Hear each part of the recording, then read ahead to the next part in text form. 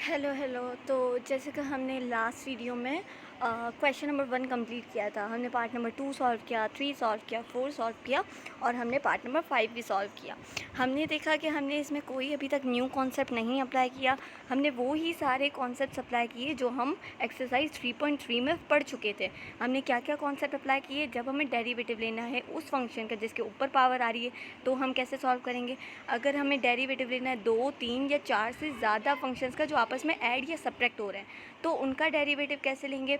फिर हमने third formula use किया, अगर हमें डेरिवेटिव लेना है उन दो फंक्शंस का जो आपस में मल्टीप्लाई हो रहे हैं। और लास्ट कॉन्सेप्ट हमने ये पढ़ा कि अगर हमें डेरिवेटिव लेना है उन दो फंक्शंस का जो आपस में डिवाइड हो रहे हैं। तो वो चारों के चारों फार्मूलाज अगर हम किसी क्वेश्चन में यूज़ करें, चार नहीं, this is not important to use 4 formulas together.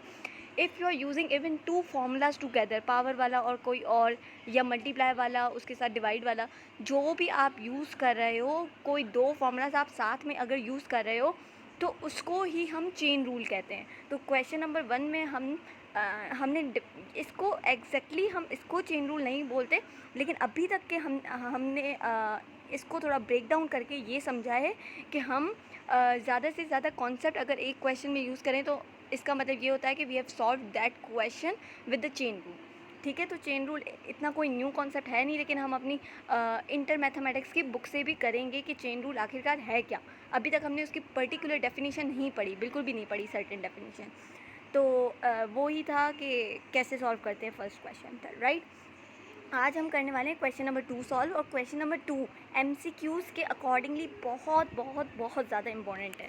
तो क्वेश्चन नंबर 2 में अब हमसे ये लोग पूछते क्या है कि हमें डिफ्रेंशिएट करना है। We need to differentiate x cube plus x cube upon 1 plus x cube with respect to x cube. हमें डिफ्रेंशिएट करना है x cube upon 1 plus x cube, किसके रिस्पेक्ट से? एक्स क्यूब के रिस्पेक्ट से, एक्स क्यूब के respect से। तो ये ही क्वेश्चन सेम मैंने क्वेश्चन नंबर 2 नीचे नोट डाउन कर लिया है ताकि हमारा टाइम वेस्ट ना हो। हमें क्या करना है, हमें डिफ्रेंशिएट करना है x cube upon 1 plus x cube with respect to x cube से। अब ये क्वेश्चन कैसे सॉल्व होगा? ये क्वेश्चन हमें एमसीक्यूज़ में भी बहुत से ज़्यादा मिलने वाला है। ठीक है, अब हमें पहले करना क्या है, जिसको हमें डिफ्रेंशिएट करना है पहले तो हम डेरिवेटिव ले लेंगे उसका। ठीक है, पहले तो हम डेरिवेटिव मतलब ले लेंगे इसका, फिर जिसके रिस्पेक्ट से डेरिवेटिव लेना है उसका डेरिवेटिव अलग से ले लेंगे, फिर इस वाले डेरिवेटिव को डिवाइड करवा देंगे इस वाले डेरिवेटिव से। ठीक है, तो इसमें भी कोई न्यू कॉन्सेप्ट है नहीं। मैंने क्या बोला कि हम फर्स्ट वाले का पहले डेरिवेटिव ले लेंगे, फिर जिसके रिस्पेक्ट से डेरिवेटिव लेना है उसका भी डेरिवेटिव ले लेंगे, फिर फर्स्ट वाले डेरिवेटिव को डिवाइड करवा देंगे सेकंड वाले डेरिवेटिव से। तो आओ हम इसको और ज़्यादा डिटेल में समझते हैं और इसको सॉल्व करते हैं। कोई न्यू कॉन्सेप्ट नहीं है, बहुत इजी कॉन्सेप्ट है। सिर्फ कॉन्सेप्ट ये है कि अगर किसी के रिस्पेक्ट से डेरिवेटिव लेना है तो आप पहले वाले फर्स्ट वाले फंक्शन का डेरिवेटिव ले लो। ठीक है, दूसरे वाले फंक्शन जिसके रिस्पेक्ट से लेना है उसका डेरिवेटिव ले लो, और फर्स्ट वाले फंक्शन के डेरिवेटिव को डिवाइड करवा दो सेकंड वाले फंक्शन के डेरिवेटिव से जिसके रिस्पेक्ट से लेना है। ठीक है, तो अभी हम क्या करेंगे, हम पहले तो लेंगे फर्स्ट वाला फंक्शन, टेकिंग फर्स्ट वाला function. So taking first function, taking first function, first function को लेके डेरिवेटिव अप्लाई करवा दो, डेरिवेटिव अप्लाई करवा दो। चलो अप्लाइंग डेरिवेटिव,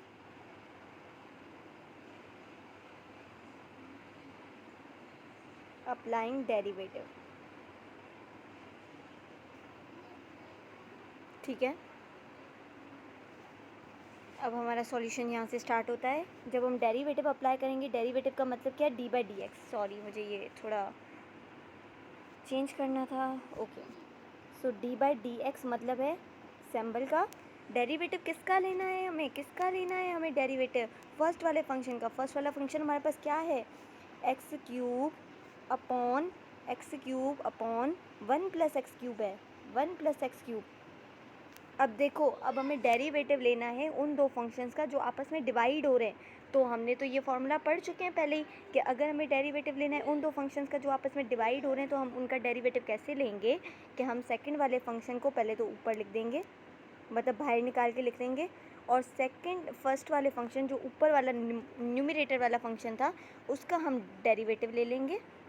ठीक है, जो कि है एक्स क्यूब फिर माइनस करके जिसका आप पहले डेरिवेटिव ले चुके हो उसको बाहर निकाल दो और डेरिवेटिव ले लो दूसरे वाले फंक्शन का जो कि है 1 + x³ अपॉन में क्या लिखेंगे, यहाँ तक ही नहीं, अपॉन में हम लोग क्या लिखेंगे, अपॉन में हम लोग लिखेंगे नीचे वाले फंक्शन का होल स्क्वायर, तो 1 + x³ का होल स्क्वायर। ठीक है, ये हमारे पास सिंपल फॉर्मूला है for finding the derivative of two functions if those two functions are divided. अब हम इसको और सिंप्लीफाई करते हैं। कैसे सिंप्लीफाई करेंगे, अभी 1 + x³ तो सेम ही रहने वाला है। ठीक है, डेरिवेटिव लेना है उस फंक्शन का जिसके ऊपर पावर आ रही है, तो भाई पावर को फेंक दो बाहर, बेस के ऊपर पावर -1 कर दो, पावर है 3 - 1 = 2। ठीक है, तो ये आ गया, बीच में साइन दोबारा आ गई माइनस की। अब इसको सॉल्व करवा लेते हैं, x³ आ गया। ठीक है, अब हमें डेरिवेटिव लेना है उन दो फंक्शंस का जो आपस में ऐड हो रहे हैं, तो इसका डेरिवेटिव अलग से लो, इसका डेरिवेटिव अलग से लो। 1 एक कांस्टेंट टर्म है, जब आप डेरिवेटिव लोगे एक कांस्टेंट टर्म का तो वो आएगा 0, वो आने वाला है कितना, वो आने वाला है 0। ठीक है, तो डेरिवेटिव जब 1 का लोगे तो वो तो 0 ही आएगा, तो 0 तो लिखो ही मत, this is not necessary to write 0, right. उसके बाद when you take derivative of x³, वो हमारे पास पावर बाहर फेंक देंगे, x के ऊपर बेस के ऊपर पावर -1 मतलब 2 आ जाएगी। ठीक है, और अपॉन में सेम ही लिख लेंगे कितना 1 +